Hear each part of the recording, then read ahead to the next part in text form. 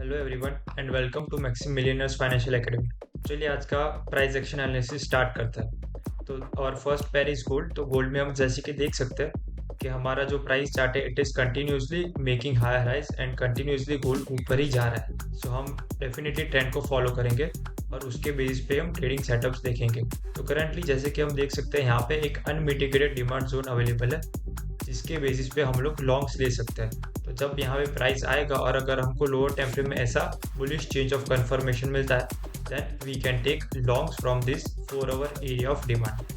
अगर इसको रिफाइन करने के लिए हम लोअर टाइम फ्रेम्स में जाए तो 60 मिनट्स विच इज़ 1 आवर, उसमें हम देख सकते हैं कि इसको हम यहाँ पे रिफाइन कर सकते हैं। बट टू बी ऑनेस्ट ये वाली कैंडल भी एक अच्छी है और इसने ये जो प्रीवियस ये एरिया है उसका लिक्विडिटी स्वीप किया है, इसीलिए मैं इसको रिफाइंड नहीं कर रहा हूँ। उसके अलावा एक दूसरा यहाँ पे एक अच्छा सा एरिया है this one. This could also act as a demand for 1 hour, this will be for 4 hours, right. तो ये दोनों ही जोन में किसी में भी हमें अगर बुलिश चेंज ऑफ कैरेक्टर मिलता है then we can take a buy position. Alright, अभी 15 मिनट में जाके देखें तो इंट्राडे प्लेस के लिए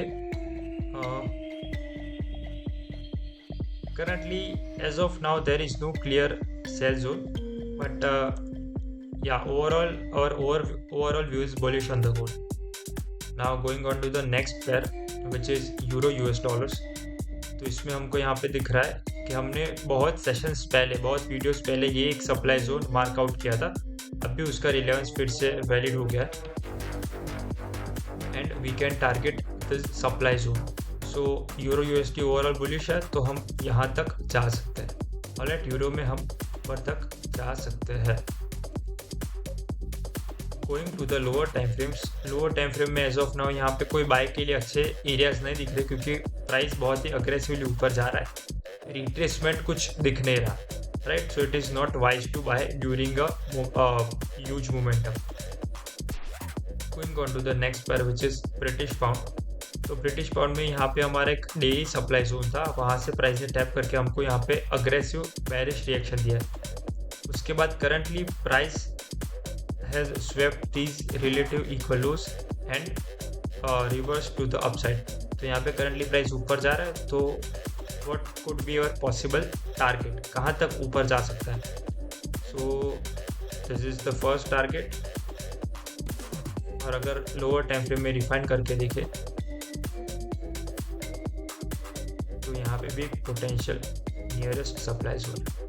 सो these are the 2 supply zone जहाँ तक हमारा ब्रिटिश पाउंड जा सकता है। This is marked out on the 4 hour time frame, right. So again ये 2 हमारे पोटेंशियल जोन है जहाँ तक ब्रिटिश पाउंड जा सकता है, right. This is the first one and उसके अलावा this is the second one, right. ये दोनों जोन्स है जहाँ तक हम लोग लॉन्ग को टारगेट कर सकते हैं। तो अगर आपका लॉन्ग पोजीशन गोइंग ऑन है then you can stay in that position until either of these 2 supply Jones.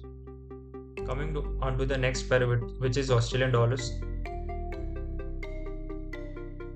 AOD में हम करंटली ऑलरेडी एक सप्लाई जोन के अंदर है,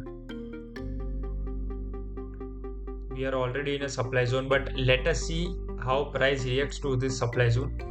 अगर हमको ये सप्लाई जोन के अंदर से बेरिश चेंज ऑफ कैरेक्टर मिलता है, currently see price is already reacting to this supply zone, but अगर हमको लोअर टाइम फ्रेम में ऐसा कुछ फॉर्मेशन मिलता है then yes we can definitely take sells in this particular currency pair, right. So this is the analysis for today. इसके basis पर आप लोग ट्रेड ले सकते हो। Thank you for watching.